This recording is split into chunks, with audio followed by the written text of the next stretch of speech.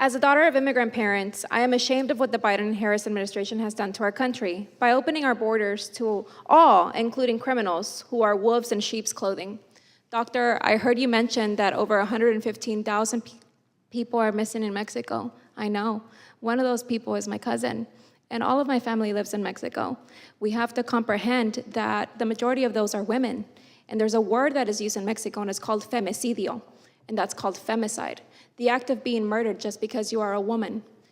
It is unimaginable for us to think that alongside those seeking refuge are not the same people that are there to victimize them, and alongside victimized citizens as well. I have personally worked 3 cases within the city of Houston where little girls were targeted simply because they were young, beautiful, and vulnerable, and of course, underage. Predators have an appetite for children. And in all these cases, there was an 11-year-old, a 12-year-old whose mom is here today, and a 16-year-old freshman in high school. I'm gonna be the voice today for Maria Gonzalez, who is also a migrant. She arrived here, and her father didn't own a vehicle. He walked to work.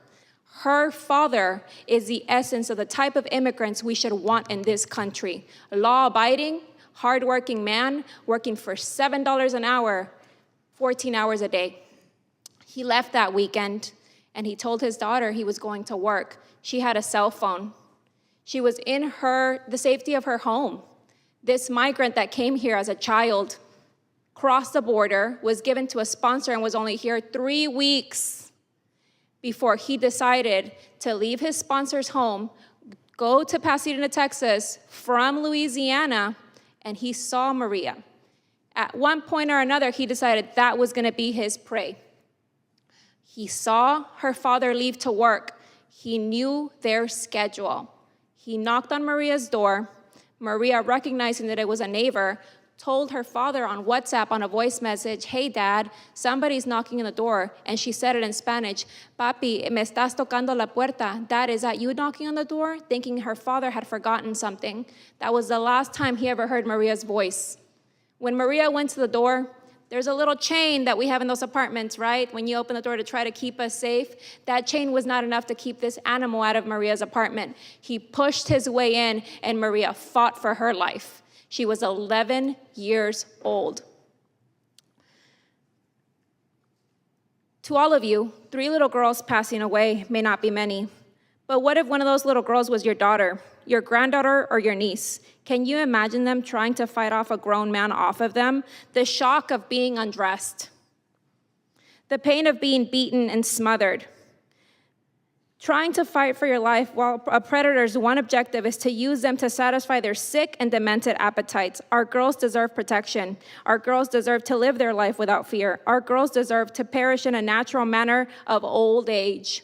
We live in a society where we have gained so much medical advancements that if you have cholesterol, diabetes, heart disease, they will take care of you. But we're losing healthy children. And this case to me resonates because she's also a migrant child. And this says to me we're letting everything through the border because we're not checking them. And you're victimizing citizens, you're victimizing immigrants alike. We're not against immigration, we're against unvetted immigration. And I want you to know, as a woman who has a majority of their family in Mexico that are not privileged enough to be in this country, there's no such thing as collecting DNA swabs. There's no such thing as embalming. There's no such thing as doing a real autopsy like we do here. Mexico and Central America is where predators thrive. You think they come here to this country and it's the first time they do this? No. This is just a place where we figure it out, and we care about our daughters, and we're gonna find out. Finding a little girl in Mexico that has been sexually assaulted is just a normal Tuesday. It's nothing unusual. So I want you to know, immigration is good. I am the living proof of that. My parents don't even have a speeding ticket.